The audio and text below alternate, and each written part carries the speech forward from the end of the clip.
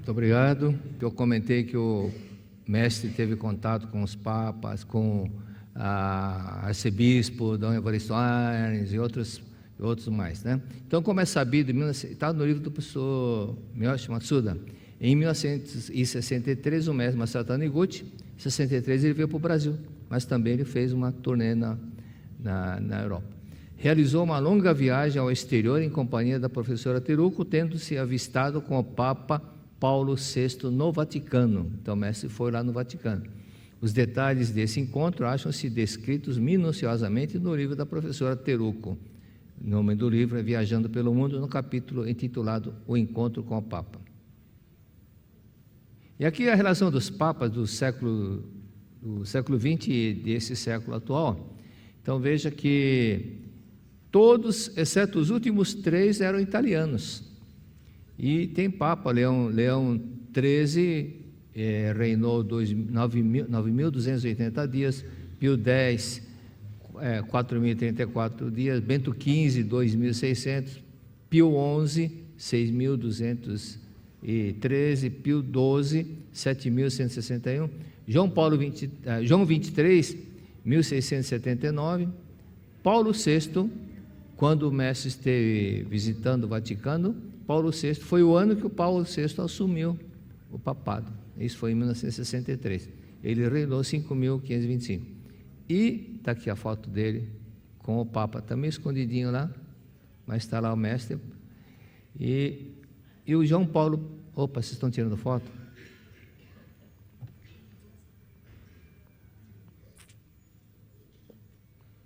Pronto? E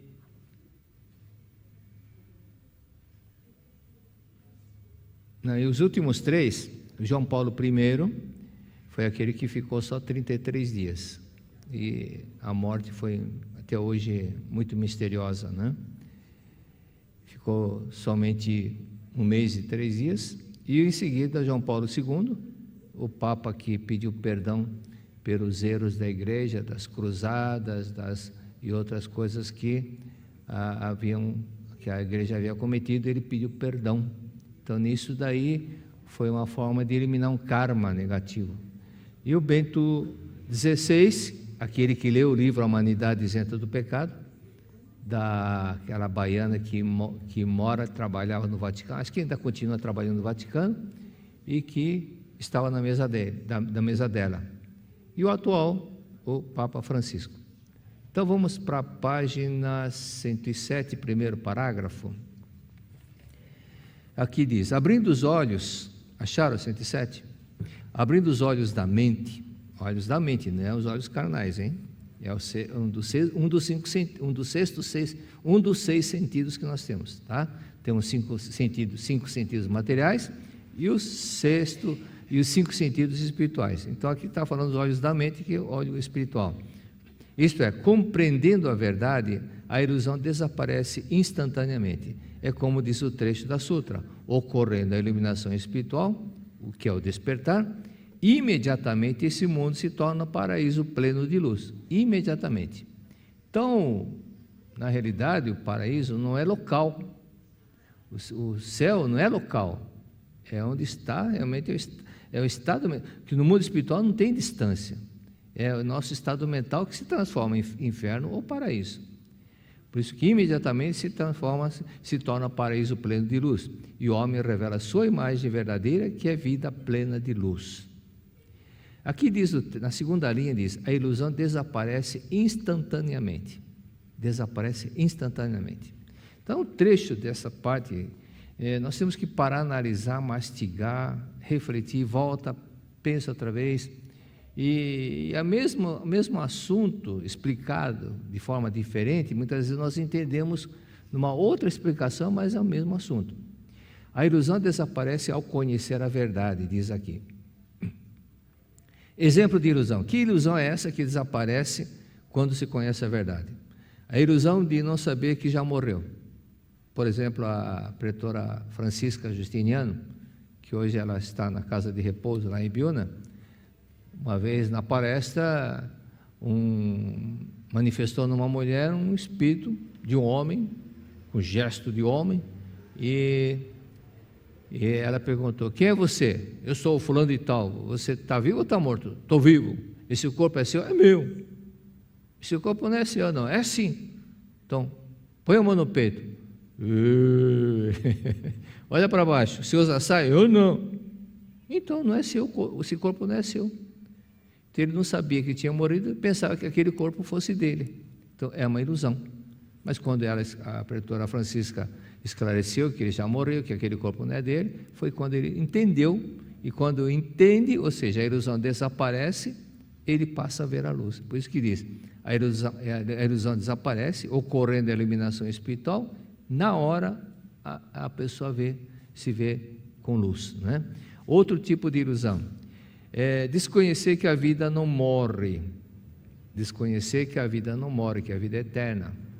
Aquele caso que eu citei já algumas vezes, da mulher que, na hora que eu fui conversar com meu cunhado, e repetia: estou com medo de morrer, estou com medo de morrer, estou com medo de morrer, com os olhos fechados, olhando, cabeça baixa, estou com medo de morrer, meio desesperado, não parava de falar: estou com medo de morrer, me ajuda, 3 meses que eu não consigo dormir. Aí eu falei: quem está com medo de morrer não é você, é uma pessoa que está do seu lado. Quando eu falei: você morreu, mas não morreu. Você, esse corpo carnal não é seu. Você morreu, mas não morreu, porque você é vida eterna, é vida indestrutível e imortal. Vá para o mundo espiritual. E na hora ele entendeu, passou a ver a luz também. Então, ele não conhecia, desconhecia que a vida não morre. Às vezes a pessoa, intelectualmente, ela é inteligente, mas em termos de espiritualidade é zero. Então, uma coisinha simples, não entende, muitas vezes a pessoa não entende, porque a mente dele só está focada para outras coisas. Outro tipo, é a ilusão crer que é fraco, é doente, e ignorar que a vida é saudável. Ignorar, pensa: eu sou doente, eu sou fraco, mas ele ignora que a vida dele é forte e saudável. Ele está olhando somente o corpo carnal. Isso ocorreu com um colega meu de trabalho, um colega e amigo também, chamado Orivaldo.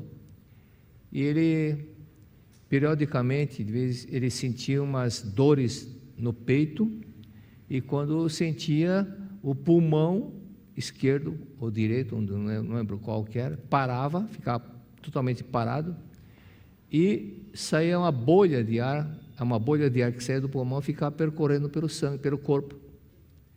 E ele ficava internado 12, 15 dias no hospital, até o médico localizar onde estava a bolha, para depois tirar com uma seringa, puxar com uma seringa. Nisso aquela dor era terrível. E um dia, às 6 horas da tarde, tinha acabado o expediente, ele chega assim: Heitor Sá, chama de Heitor Sá. Outra vez, vou para o hospital. Eu falei: Orivaldo, você esqueceu da verdade. Lembra que quando eu te levei para Ibiúna, você ficou curado? Você esqueceu. Você só está olhando seu corpo carnal. Mas você esqueceu que você é espírito, que é vida inadoecível, inatingível, imortal, vida perfeita de Deus. Você lembra que você aprendeu isso na Sutra Sagrada? Aí, verdade. Eu fiz assim: desculpa. Ele tinha acabado de rotar. Nesse arroto, é aquela bolha, o ar que já estava percorrendo o corpo saiu pela boca. E ele ficou curado. Na hora, a dor desapareceu. Compreendendo a verdade e liberta. É verdade? Então, isso aí. Quarta, a ilusão: crer que é filha do pecado e não filha de Deus, que é pecadora. Aquele caso de Portugal. Lembra daquela senhora que está cheia de rugas, só tinha 42 anos, mas parecia ter 70 anos. E quando eu falei: repita comigo, que ela falou que a vida toda a mãe tratava como falava que era prostituta, que era sem vergonha, que era pecadora, que não valia nada. Então, quando disse: sua mãe não disse a verdade eu vou te falar a verdade, vou te falar agora. Feche os olhos e repita comigo: sou filha de Deus. Ela não conseguia falar. Até me questionou: mas é verdade o que o senhor está falando? Eu falei: você acredita em Jesus Cristo? Sim, sou católico, apostólico, romano. E o que ele disse não foi Pai nosso que está no céu? Então, você é filha de Deus. É verdade. Então, quando ela entendeu, compreendeu, sentiu a verdade, Porque tem gente que decora a suta, mas não entendeu. É igual um papagaio. Mas quando ela entendeu, aprendeu e apreendeu, assimilou, despertou, na hora o rosto dela mudou totalmente. É ilusão crer que nascemos do pecado, que nós somos pecadores. É aquele caso daquele senhor espanhol que estava no hospital e o médico falou: é melhor você ir para casa que você está gastando dinheiro, sua doença não tem cura. Foi quando foi procurar o professor Yoshio Miwa, que tinha fama de japonês milagreiro. E o professor Miwa, vendo um casal de espanhóis, ele ficou apavorado. Ele não sabia nem falar português, muito menos espanhol. Foi quando ele disse: eu não sabe falar português, só a única coisa que sabe é homem, filho de Deus, isento do pecado. Homem, filho de Deus, isento do pecado. Aí o espanhol regalou os olhos: estou curado. Foi embora. Falei: não, peraí, agradece e me conta o que aconteceu. Ele falou: eu senti um choque quando o Senhor falou homem, filho de Deus, isento do pecado. Eu senti um choque, parecia que alguém me colocou um fio da tomada. Eu senti um choque e a barriga dele começou a desinchar na hora. Mas por que desinchou? Porque ele acreditava que era filho do pecado, que nasceu para pagar o pecado, que é fruto do pecado. Quando escutou filho de Deus, isento do pecado, era coisa nova para ele. Então, a verdade destruiu a ilusão, ok? E na página página 109, vamos ler juntos? É a parte da sutra, vamos no ritmo da sutra, ok? Deus, luz de infinita universal sabedoria, bem sem limitação, vida sem limitação. Quem está sem o livro pega a sutra. Vida sem limitação, substância de todas as coisas, é também criador de todas as coisas.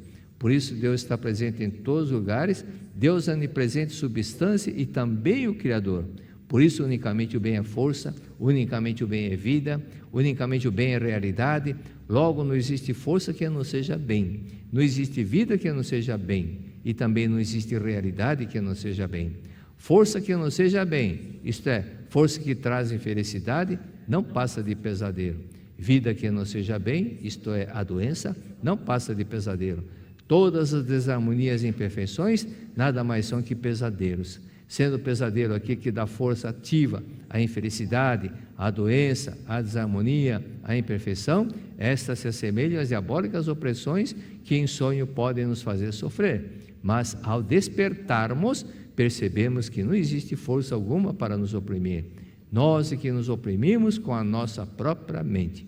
Em verdade, as forças maléficas, a força que oprime a nossa vida, a força que nos faz sofrer, não são forças que realmente existem de modo objetivo. Nada mais são que dores criadas em nossa própria mente e sofridas pela nossa própria mente. Aí na terceira linha dessa mesma página diz: não existe força que não seja bem, não existe vida que não seja bem.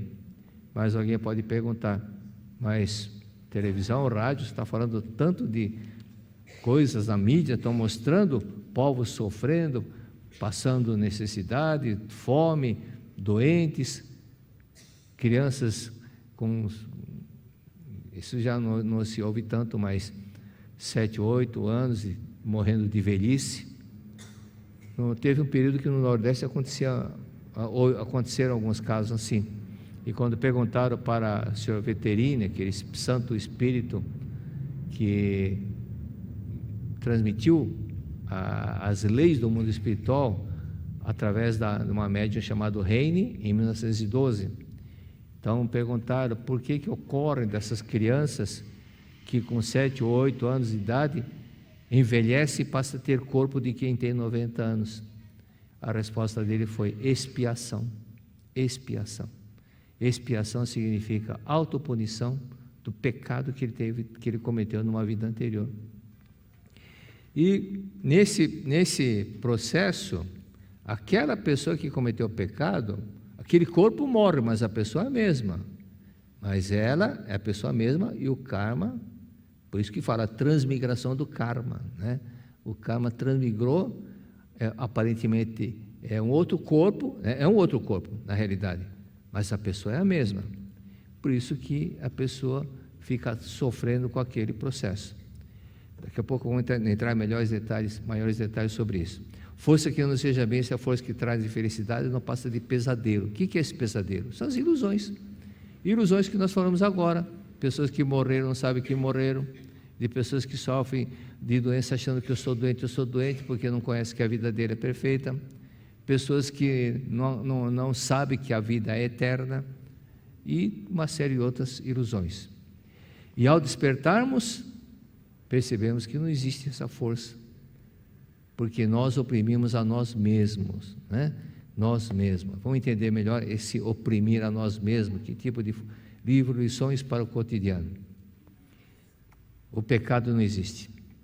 O Dr. Karl Menninger, página 120, quem quiser depois anotar. Dr. Karl Menninger, em seu livro O Homem contra em si mesmo, eu falei em espanhol um pouquinho, porque em espanhol fala si mesmo, mas em português foi traduzido não como si mesmo, em português foi traduzido como o homem contra si próprio. Destaca os efeitos da autopunição, atribuindo inclusive a causa das guerras ao desejo inconsciente de autopunição. E nesse livro, Karl Menninger, ele menciona por que os Estados Unidos teve a guerra civil. A guerra entre o norte e o sul se guerrearam. Então ele menciona, isso é uma autopunição do país. Por quê? Porque os brancos foram invadindo, foram indo para o oeste, matando os índios, para pegar as terras dos índios. Então eles foram destruindo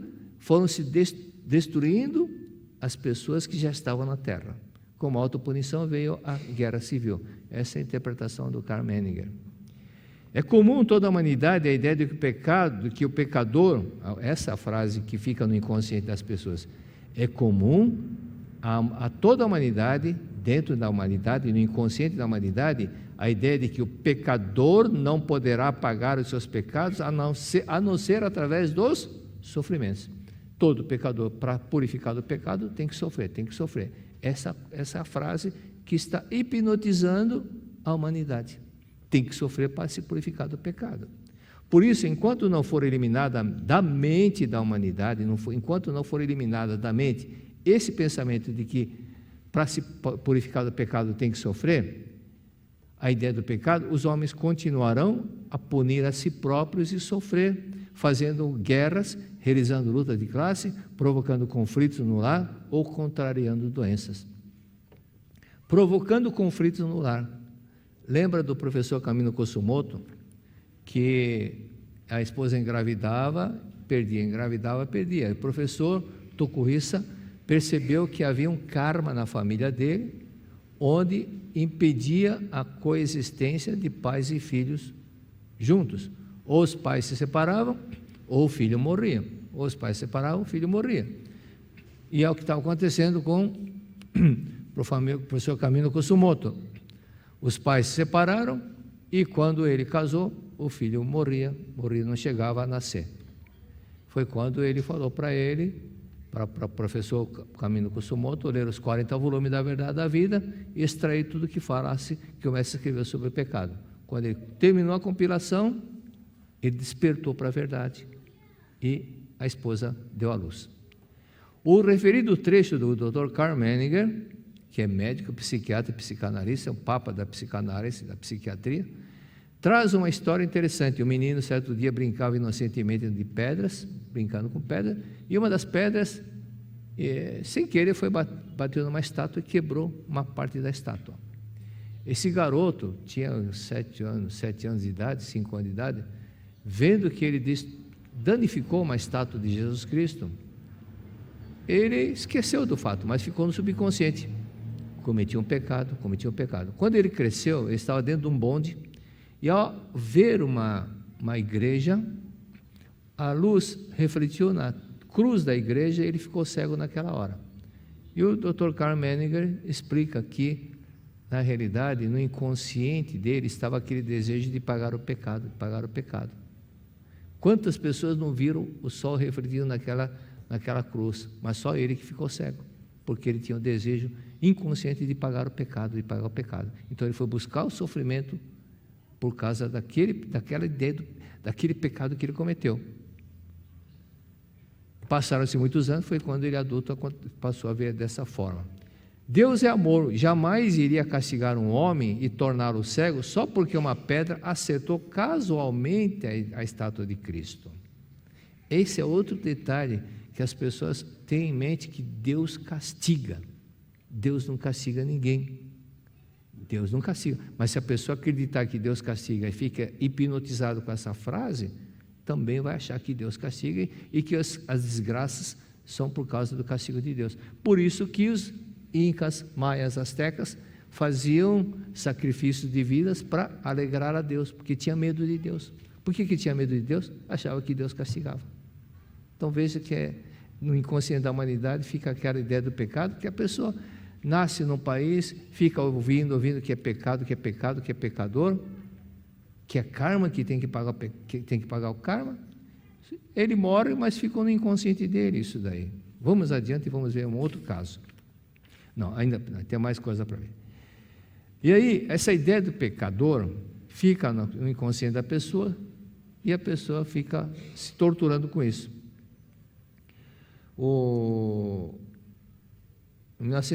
Em 1978, veio uma carta aqui para a sede central de um prisioneiro que é da cadeia de São Bernardo. Na verdade, era uma mini penitenciária.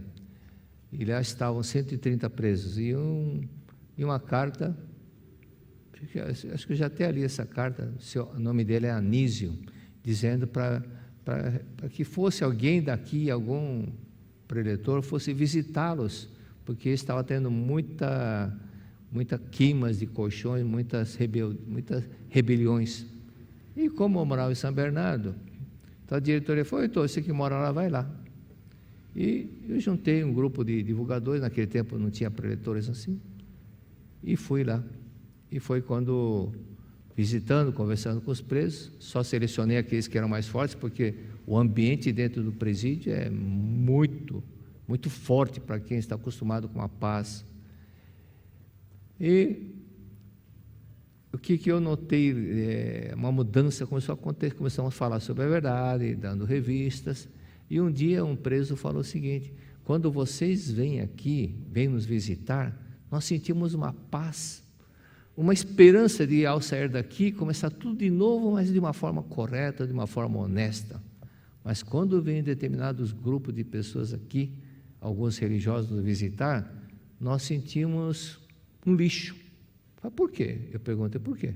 Porque eles falam que nós somos pecadores, que nós estamos aqui para pagar o pecado pagar o pecado que nós cometemos, e nós sentimos que é cada vez pior.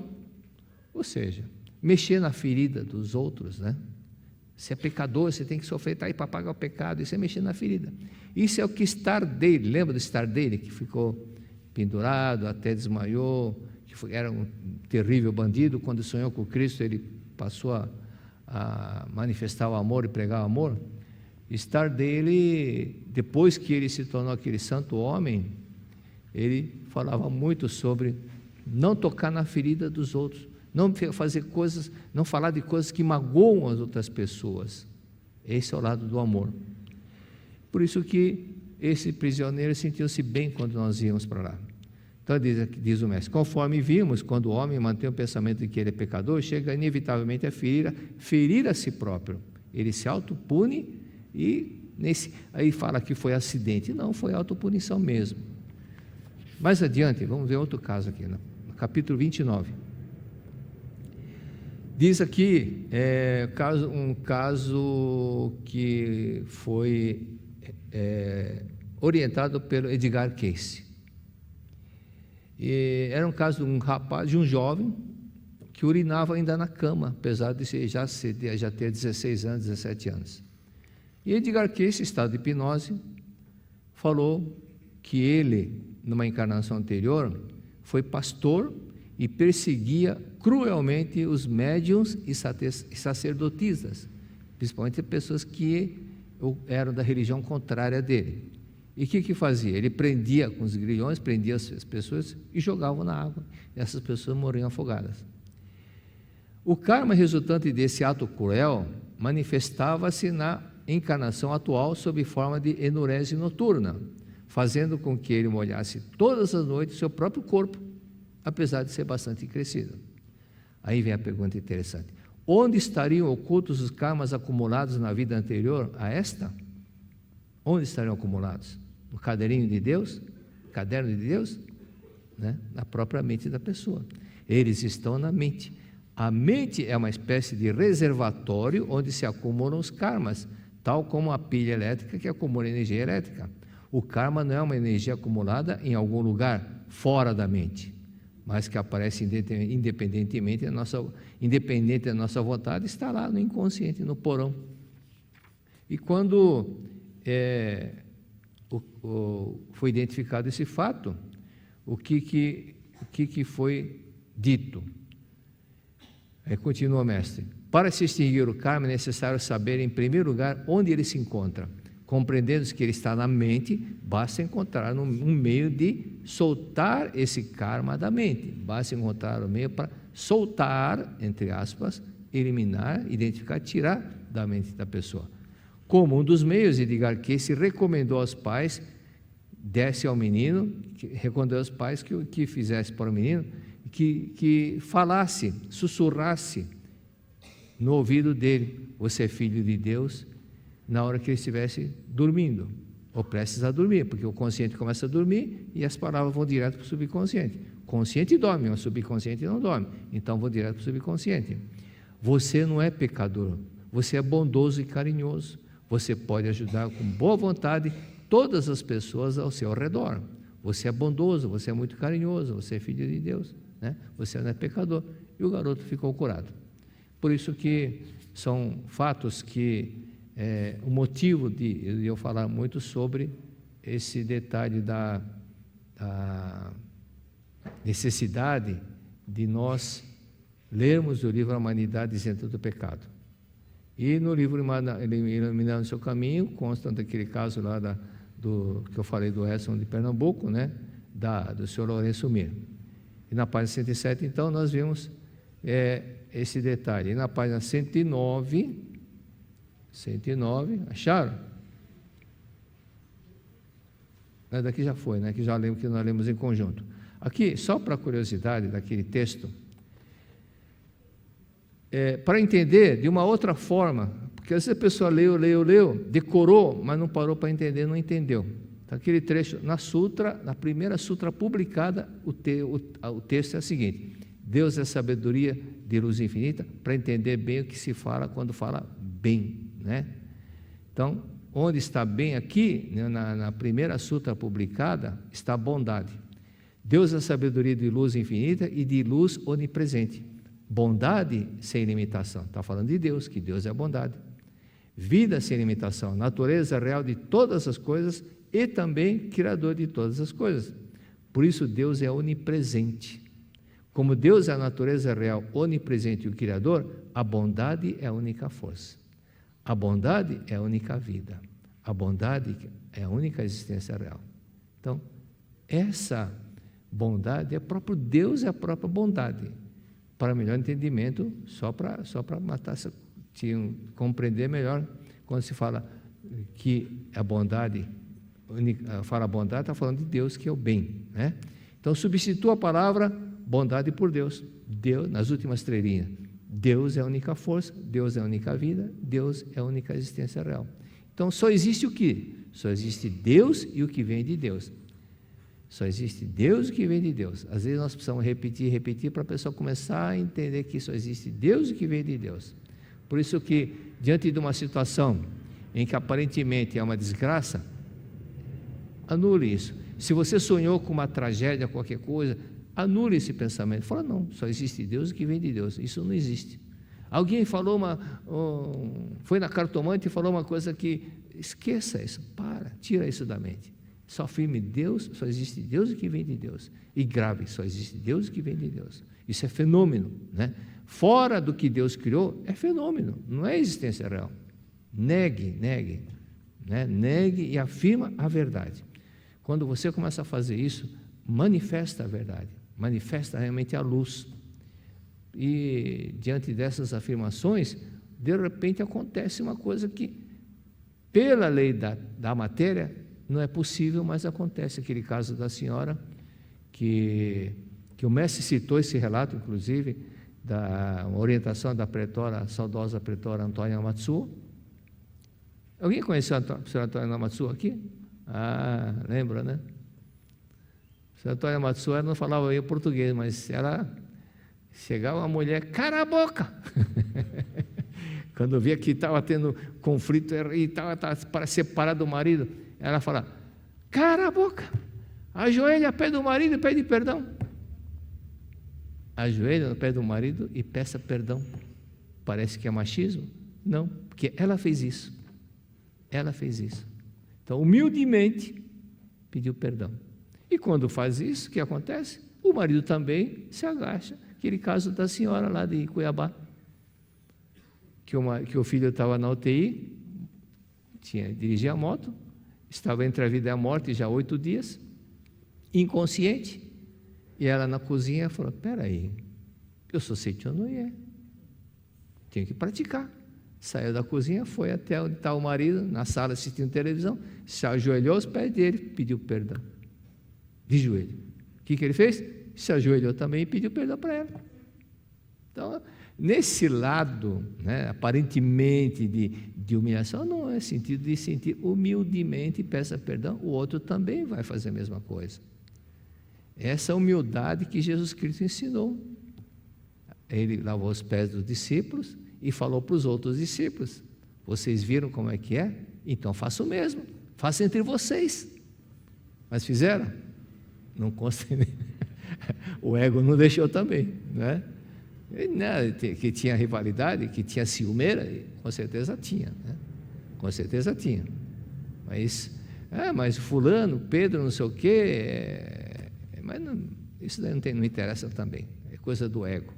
O fato é que, quando a bondade é a única força, afirme toda hora e todo momento, afirme que é filho de Deus, toda hora, assim que acordar, conforme o mestre ensinou, repita, sou filho de Deus, hoje somente coisas boas virão, somente coisas boas virão. Repita 10, 20, 30 vezes. Se você teve um pesadelo, comeu feijoada à meia-noite, eu tive um pesadelo. Repita para tirar. E outro detalhe, é importante, diz o mestre, você dizer que está abençoado e protegido por Deus, que está protegido por Deus. Por que é importante? Porque quando você fica naquela inquietação, naquela ansiedade, e vem aquele medo, o medo, pela lei da mente, o medo faz acontecer aquilo que você teme, né? Ou seja, a lei da mente diz, aparece aquilo que você tem medo. Aquela frase, não está errado, quanto mais rezo, mais assombração aparece, não está errado, é a lei da mente. Então, se você está sentindo uma inquietação, fala, não, Deus me abençoe, protege, me abençoe, protege, afirme várias vezes. Tá? Não importa que uma pessoa tenha, alguém falado, profetizado alguma coisa, igual um rapaz lá que, isso aconteceu, parece que no Japão, ele foi num cartomante, e o cartomante falou, dia tal dia você vai morrer. O que ele fez? Vou morrer mesmo, então vou gastar todo o dinheiro. Gastou. Chegou no dia que não morreu, foi reclamar, não morreu. Estou vivo. Não é possível. Pelo seu rosto, pelos seus traços, você ia morrer naquele dia. Você fez alguma coisa? Não fiz nada. Você salvou alguém? Não fiz nada. O que você fez? A única coisa que eu fiz, estava passando ao lado de um rio, tinha transbordado por causa da chuva, a água baixou e os peixes que estavam na lateral estavam se debatendo, joguei para o rio. Você teve em mente salvar vidas, por isso que sua vida foi salva, por isso que você não morreu. Então, karma bom fez mudar o destino dele para melhor. Tá certo? Acabou o tempo. Obrigado.